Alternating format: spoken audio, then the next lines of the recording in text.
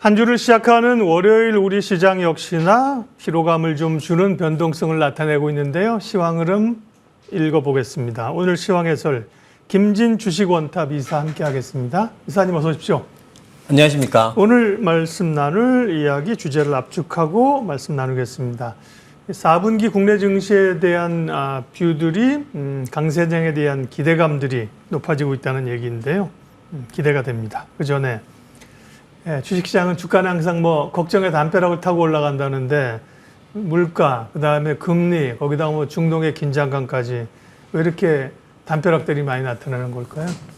항상 주식은 말씀하신 대로 걱정의 담벼락을 타고 올라가는 거니까 저는 어찌 보면 항상 또 걱정들이 많았을 때 주식시장은 오히려 반전하는 경우도 있었으니까 그냥 보여지는 현상 그대로 보는 게 제일 좋을 것 같다라는 생각을 알겠습니다. 합니다. 왜 그런 걸 나한테 물어봐? 이러실 줄 알았는데 친절하게 답변해 주셔서 잠깐 예고해 드린 것처럼 우리 시장은 사실 상대적으로 미국 주식 오를 때 못 올랐고요. 상당히 좀 처져 있는 분위기였었고 건투세 이슈도 있고 연말 부담스러운데 4분기 남은 시장의 흐름들을 긍정적으로 볼 요소가 생겼다고 뷰가 조금 조정되셨다고 들었어요. 네. 되게 궁금하고 기대됩니다. 어떤 이유인가요? 네, 말씀하셨던 것처럼 사실 저도 그동안 보면 우리나라 시장 뷰에 대해서는 글로벌 전체의 뷰에 대해서는 굉장히 좀 긍정적이었지만 우리나라 시장 뷰에 대해서는 조금 보수적인 생각이고 항상 조금 조심하자는 말씀을 일단 염두에 두고 말씀을 드렸었는데요.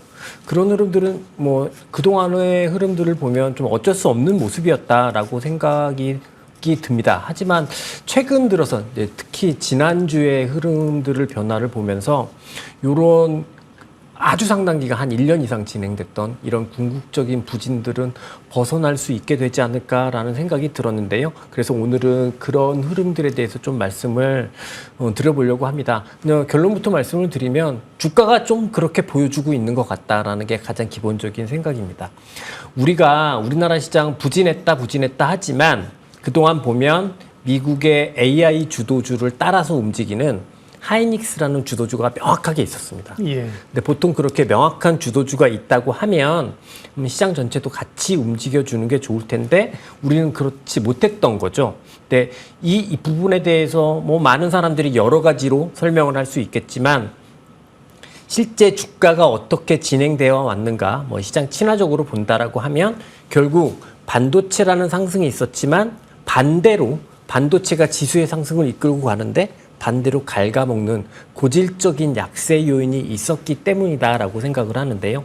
지금 제가 그래프를 하나 그려왔는데 이게 뭐냐면 지난해 8월부터 올해 하이닉스가 무너지기 직전까지 하이닉스하고 LG 에너지 솔루션을 한 화면에 그려본 겁니다. 보시는 것처럼 이 기간 동안에 하이닉스가 약 100% 가까운 수익을 거둬줬거든요. 근데 반대로 이 LG 에너지 솔루션 같은 경우는 마이너스 한 37% 정도의 수익률이 기록이 됐습니다. 이 차트의 왼쪽에 보면 같이 가다가 딱 그 길을 달리하는 시점이 있습니다. 그때 LG 에너지 솔루션을 팔고 SK 하이닉스를 샀다면 좋은 성과를 거둘 수 있을 텐데 수익이 한 140% 정도 났을 겁니다. 쉽진 않은 얘기고요. 결과론이고. 그런데 이거는 LG 에너지 솔루션 하나의 문제가 아니라 사실 2차 전지 전체를 아우르는 문제라고 볼 수 있고요. 또 2차 전지 하나만 그런 게 아니라 이때 흐름부터 대중국 관련주라고 이야기를 많이 하죠. 소재, 포스코, 화학, 이런 철강, 화학 이런 소재 섹터들도 거의 유사한 형태의 흐름을 보여주게 됩니다. 그러니까 결국은 하이닉스, 한미반도체 이런 반도체들이 막 끌고 갔지만 저렇게 계속해서 아래로 잡아당기고 있었던 종목들이 굉장히 시가총액 큰 종목들로 구성되어 있었기 때문에 우리 시장은 결국 부진했다라고 볼 수 있고요.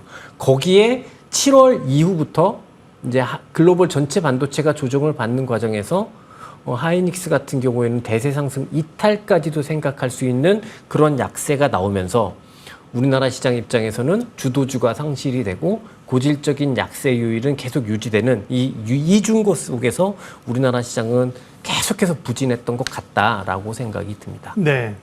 그러면 오늘 논 거는 뭔가 변화가 있다는 건데 그런 구조적인 고질적인 요인들이 해소될 변화가 나타났다는 겁니까? 네, 그렇습니다. 일단 기대감일 수도 있겠는데요. 저는 좀 기대해 볼 수 있다. 그 어느 때보다 기대해 볼 수 있다. 이렇게 생각을 하는데 이건 첫 번째 생각은 중국 때문입니다.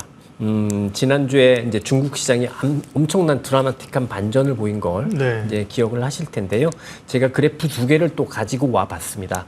왼편에 있는 그래프는 상해 종합주가 지수고요. 오른편에 있는 건 우리나라에서 대표적인 소재 기업이자 2차 전지하고도 연관을 지을 수 있는 LG화학이라는 기업인데 중간에 제가 표시를 했습니다. 네. 이게 뭐냐면 앞서 제가 그래프를 보여드렸던 작년 8월부터 의 부분을 표시를 해드렸는데 작년 8월 이후에 상해 지수도 본격적인 중장기 하락 추세를 보여주기 시작을 했고 딱 그때부터 우리나라 뭐 2차 전지건 소재 업체건 이렇게 중장기 하락 추세를 보여주기 시작을 했습니다. 그래서 아마 LG화학 같은 경우에는 2차 전지나 소재에 모두 다 해당하는 기업이기 때문에 좀 적절한 예가 될 수 있을 것 같고요. 이렇게 보면 결국 작년 7월, 8월부터 우리나라 시장에 고질적인 약세 요인이 발생을 했고 이게 우리나라 시장의 약세 요인으로 작용을 했다 이렇게 볼 수 있을 텐데요. 아시는 것처럼 지난주부터 중국 증시가 대규모 부양책을 발표한 이후에 아주 드라마틱한 반전을 보여주고 있습니다. 물론 중국은 그동안 계속해서 부양책들을 발표를 했었어요. 근데 이게 시장에 통할 때도 있고 안 통할 때도 있었는데 올 1월 같은 경우에는 보시는 것처럼 한 번에 강한 반등이 있으면서 통하기도 했었습니다만 그때 같은 경우에는 중국 시장만 상승을 하고 사실 우리나라 시장 관련한 기업들 그리고 글로벌한 흐름들이 중국이 좋아질 거에 대해서 거의 도통 반응하지 못했었거든요. 그렇죠. 예. 근데 이번 같은 경우에는 중국 시장에 의미 있는 반전이 글로벌하게 영향을 좀 주고 있는 것 같습니다. 우리나라를 좀 제외한다고 보더라도 중국 시장과 그래도 글로벌 선진 시장에서 가장 연관이 높다라고 하면 유럽을 들 수 있을 텐데요. 최근에 보면은 닥스가 신고가 행진을 하기 시작을 하고 있거든요. 근데 그 시작점이 바로 중국의 부양책이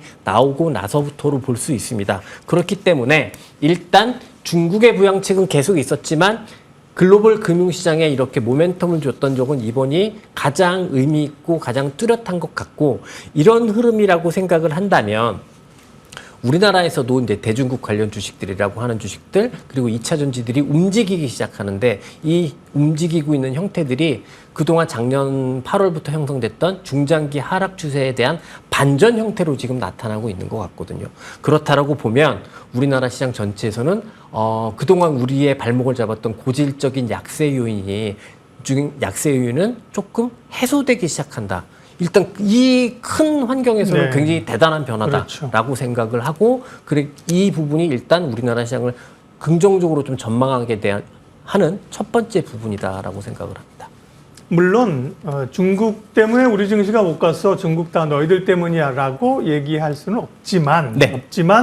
상당히 그 중국에 기댄 부분들이 우리가 여전히 뭐 높지 않습니까? 영향력도 있는데 그 부분이 해소가 좀 되고 있다면 우리 시장에도 훈풍이 불 수 있다는 얘기이고요. 고질적 요인 가운데 하나가 기대를 좀 갖게 한다. 기대감으로 가는 거죠, 시장은 사실. 다음 말씀한 게 사실 주도주의 이제 부재인데요. 네. 그전에는 이제 2차 전지가 주도주였었고 그걸 반도체가 받았다가 지금은 바이오가 오르긴 합니다만 사실은 시장을 전체를 끌고 가기 이제 어려운데 그러면 그렇습니다. 주도주 문제도 좀 주도주가 나올 수 있는 시장을 좀 끌고 갈 수 있는 그런 환경으로 바뀌고 있습니까? 일단 말씀하신 것처럼 고질적인 약세 요인이 해결된다고 하더라도 정말 상승으로 만들 수 있는 주도주가 그렇죠. 부재하다면 네. 시장을 좋게 보기는 조금 어려울 것 같은데요. 실제로 우리 시장이 7월 이후에 더 부진했던 건 앞서 말씀드린 대로 하이닉스가 대세 상승에서 이탈하면서 글로벌 AI라는 주도주군에서 이탈을 하면서 나타난 현상이라고 볼 수 있거든요. 그런데 이거는 하이닉스 하나만에 나타난 현상이 아니라 제가 우리 방송에 나와서도 몇 번 말씀드렸는데 하이닉스, 마이크론 테크놀로지, 일본의 디스코 이런 메모리, HBM 관련 주식들이 다 같은 약세를 보이고 있어서 문제입니다라고 말씀을 드렸었거든요. 그런데 이 부분도 지난주에 마이크론 테크놀로지 실적 발표 이후에 조금 변화가 생기기 시작하는 것 같습니다. 이제 지금 보여드리는 게 바로 이제 미국의 마이크론 테크놀로지의 형태인데요. 실적 발표 이후에 아직 뭐 100% 확실하다라고 볼 수는 없는 수준이지만 굉장히 강한 회복력을 보여주면서 최소한 대세 상승 기조로 다시 복귀할 수 있는 거 아니야? 라고 볼 수 있는데 기대를 해볼 수 있는 정도의 회복이 나타나고 있고 이게 마이크론 테크놀로지만 나타나는 게 아니라 오늘은 하이닉스가 좀 약세입니다만 일본의 디스코나 우리나라 하이닉스에서도 좀 유사하게 나타나고 있는 것 같습니다. 또 하나는 전 세계에 AI라는 컨셉이 주도주로 자리 잡고 있지 않다면 사실 뭐 HBM이 반등을 한다고 해서 큰 의미는 없겠죠. 그러나 여전히 실제 미국 시장의 가장 강한 핵심 주도주군은 AI 주도주군이 아직은 바뀌지 않은 상황이라고 본다면 그러면 우리는 어쩌면 주도주군을 다시 찾을 수 있는 상황이 될 수도 있겠다라고 보여지고요. 그러면 전체적인 관점에서 생각을 해보면 주도주가 복원될 수 있는 기대가 생겼고 고질적으로 약세 요인이었던 부분들이 해소가 된다면 그러면 오히려 고질적인 약세가 있었고 주도주가 있었던 상반기보다는 4분기가 조금 더 나은 상황이 되지 않을까라고 기대를 해볼 수 있을 것 같고 그래서 조금은 조심스럽습니다만 좀 우리 시장에 대해서 긍정적인 관점으로 관점 자체를 좀 수정을 해보려고 합니다. 예. 사실 좋은 얘기를 찾기가 어려운 상황인데 우리 김 이사님 그렇게 시각이 좀 변하신다니까 너무 좋고요. 다만 말씀하신 것처럼 중국의 회복이나 주가 상승이 제한적이거나 AI나 반도체가 주도주로서 다시 떠오르지 못한다면 지금 말씀하신 거는 이제 전제가 좀 형성이 또 안 되는 거죠. 그렇습니다. 예. 그렇게 될 때는 또 다시 이제 그러니까요. 또 죄송합니다. 제가 잘못 생각한 것 같습니다라고 말씀을 드려야겠죠. 아니죠. 지금 이제 그런 변화들을 보면서 이제 가는 거기 때문에요. 그러면 그동안은 이제 사실은 글로벌 증시, 빅테크 중심으로의 기회가 있지만 국내 증시는 제한적이다. 현금을 좀 많이 가지고 있자고 얘기를 했었잖아요. 네, 그렇습니다. 이제부터는 그러면 국내 증시를 조금 더 적극적으로 공략해도 되는 겁니까? 구체적인 전략은? 네, 일단 뭐 저는 항상 모든 전략에서 어떤 종목을 살 거냐 이전에 주식을 얼마만큼 가져갈 거냐 이 자산 배분이 제일 중요하다고 생각을 하는데요. 저는 일단 현재 상황까지 제가 앞서 말씀드린 걸 기반으로 해서 말씀을 드려보자면 상반기 그리고 한 지난 7, 8월까지보다는 보다 조금은 주식 비중이 우리나라 시장에 대해서도 조금 더 올라가 있어도 한번 해볼만 하지 않을까 그런 기대감은 충분히 가지고 있는 상황이고요. 그러면 주식 비중을 가지고 있다고 하더라도 또 제대로 된 주식을 가지고 있어야 하잖아요. 그러면 어떻게 이제 좀 공략을 할 것인가 생각을 해보면 조금은 구분해서 왔으면 좋겠습니다. 우선적으로는 단계적으로는 중국이 반전하고 있고 그 다음에 우리나라에서 고질적인 약세를 보여주었던 대중국 관련 주식들 같은 경우에는 1년 넘게 주가가 하락한 종목들이기 때문에 가격적으로 매력적인 부분이 조금은 여전히 남아 있습니다. 그래서 이 종목들을 좀 트레이딩의 관점에서 우선적으로는 좀 집중하실 필요가 있다라는 생각이 들고요. 그리고 나서 이후에 이제 반도체가 본격적인 랠리로 전환되는 국면이 왔을 때는 반도체의 비중을 조금 더 중국 플레이를 좀 줄이고 반도체에 관련한 종목들로 옮겨가는 게 맞지 않을까 생각이 들고요. 대중국 관련한 주식들이라는 게 그럼 뭐가 있냐? 앞서 말씀드린 뭐 2차 전지나 소재도 있겠지만 같은 형태로 뭐 대형 화장품들도 있을 것 같고 엔터도 있을 것 같고 그 다음에 대중국 관련 주식이라고 생각할 수는 없겠지만 같은 궤적으로 하락해온 주식들이 꽤 있거든요. 뭐 오늘 아침에 많이 이야기가 되고 있는 네이버 카카오도 마찬가지였던 플랫폼, 주식들 같습니다. 게임 뭐 이런 거 들어가고요. 예. 그러면 그런 주식들이 1차적으로는 지금 공략의 대상일 것 같고요. 그 다음에 미국이 아직까지는 반도체를 중심으로 AI를 중심으로 본격 랠리 상황은 아니니까 그렇게 본격 랠리 상황이 왔을 때는 우리나라 HBM도 다시 한번 그 주도주군에 들어갈 수 있지 않을까라는 기대감을 가지고 반도체로 좀 옮겨가는 이렇게 좀 전략들을 중간중간 수정하는 하지만 주식 비중을 좀 가져가는 그런 전략들을 말씀드리고 싶습니다. 반도체의 한쪽에서의 다시 주도주로서의 복귀 가능성, 또 한쪽은 약간 중국의 회복을 기대하는 쪽으로 그렇습니다. 2차 전지, 네. 소재, 화장품 이런 쪽으로 이제 말씀을 하셨습니다. 이 시장의 큰 변화들을 얘기를 하셨는데 몇 가지 고민들을 조금만 더 얘기하게 되면 결국은 외국인들이 수급상 컴백을 해줘야 반도체나 지수 대형주가 갈 수 있지 않을까, 반도체가 네. 주도주로 갈 수 있지 않을까 싶은데 외국인들이 사실 굉장히 많이 지금까지는 지난달에 팔았거든요. 그렇습니다. 그 다음에 팔면 당연히 삼성전자는 이제 팔게 되는 거였어요. 네. 그런 외국인들 수급은 부담되지는 않습니까? 추가적으로? 저는 이 부분에 대해서도 네. 조금 우리나라의 펀드 플로우라는 게 예. 결국은 가장 핵심적으로 작동을 많이 하는 게 그 미국의 아시아 엑스제팬 펀드. 의 펀드 플로우를 따라간다고 생각을 네. 하거든요. 궁극적으로는. 그렇다라고 보면 이 아시아 엑스재팬 펀드의 펀드 플로우를 아시아 엑스재팬, 일본을 제외한 아시아 펀드. 왜냐하면 예. 일본은 약간 선진 시장이기 때문에. 선진 시장으로 분류하기 때문에 예. 일본을 뺀 아시아 그러면 네. 한국, 대만 뭐 다 들어가는 인도 거잖아요. 이렇게 들어가는 네, 건데요. 네. 그런 상황에서 그거의 펀드 플로우의 핵심적인 모멘텀은 중국입니다, 사실.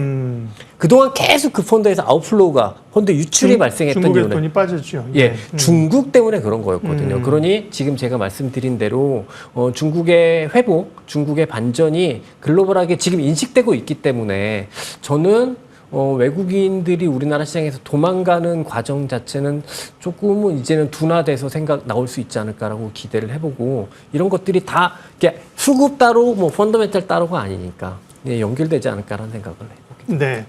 희망을 얘기하시는데 자꾸 딴지를 걸어서 죄송해요. 한 가지만 더 우리가 생각해봐야 될 것이 여러 가지 있으니까 네. 염두에 이제 밸런스를 넣자는 거고요. 금투세 문제가 시장에 심리적으로, 금투세 왜냐하면 사실 시행한 건 아니잖아요. 심리적으로 부담을 주고 있고 정치권의 움직임을 보면 뭐 조만간 어쨌든 유예 정도 쪽으로는 가닥을 잡지 않을까 생각이 돼요. 네. 그런 게 어쨌든 우려가 있고. 근데 금투세를 유예한다고 하더라도 연말에 또 대주주 양도 차익은 남아있는 거잖아요. 그렇습니다. 그런 게 또 연말에 우리 고질적인 수급 악화로 올 가능성도 배제할 수는 없는데. 네.